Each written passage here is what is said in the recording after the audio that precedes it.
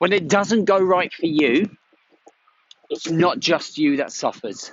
Welcome to the Rise to Thrive show. I am your host, James Borman, and if you are coming through, please do let me know. Let me know you've been through. Let me know you've watched. Let's stop being a lurkers.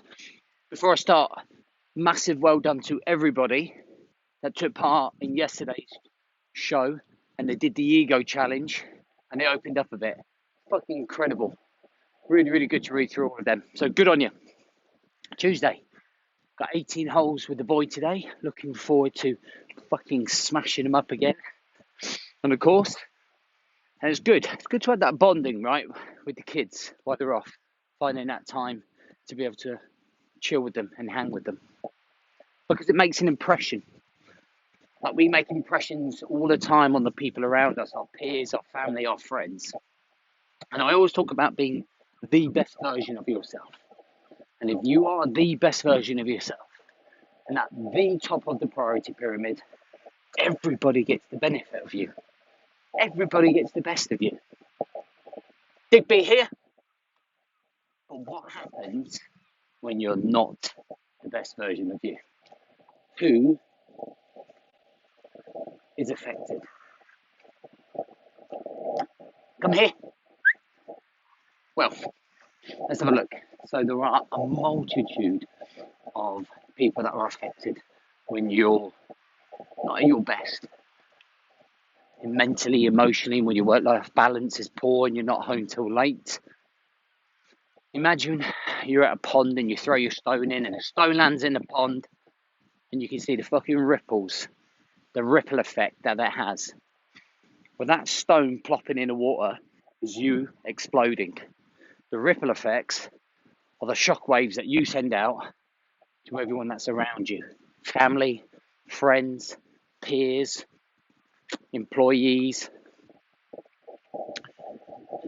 And sometimes we just think, oh, it's all about us. It's all about us. It's all about I'm not happy or I'm not this or I'm not that. When you walk through the front door at the end of the day and you're fucking all stressy, the ripple effects then fall onto your wife and your kids and they see you being stressy. They see you having a drink on the sofa. They see you arguing. You not being home because you feel that you've got work to do and fucking work is more important than being at home with the kids. Guess what they think? Where's dad? Is dad ever fucking home anymore? Guess how special your wife feels because she gets to see you all the time. Great.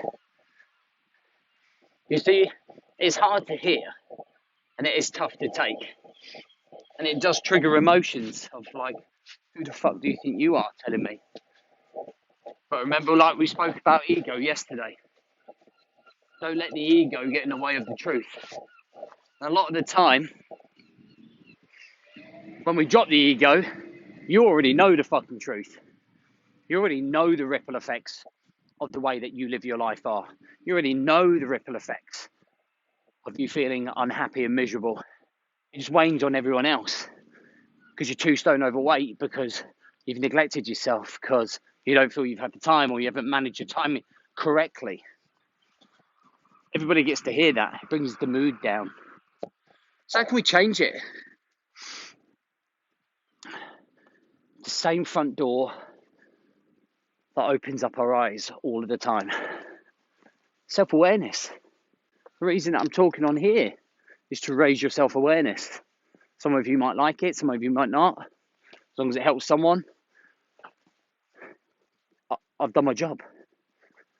You've got to be aware of the effects of your actions are having on other people, on the environment. You might not think it. You might just think, oh, it's okay, no one's really noticing it. But when you're pissed off and everyone's treading on eggshells around you, you've got to be aware of that. You've got to be aware of your emotional conditioning. And the only way that we can do that is the same way that we get fit. We show up. We practice this stuff. We become more conditioned at this type of thing. We have a journal. We have a higher levels of gratitude. We meditate. We exercise to get rid of the stress in a different way. We get up and we do a morning routine. We do a transition routine. We put into play systems, routines, mindsets that make a difference. And 1% a day, you chip away at it. Chip, chip, chip, chip. Until you become the top of the priority pyramid and you make the positive effects on everybody else. Rather than being that miserable, negative motherfucker that everybody fucking is sick of being around. Nobody will want to be around you.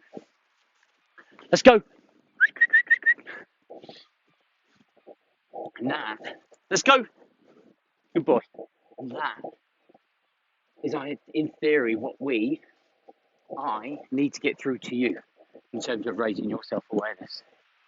Chipping away at 1%. You're not going to change unless you start, unless you drop the ego, understand the ripple effects, understand this is not all about you, but there is a bigger picture here.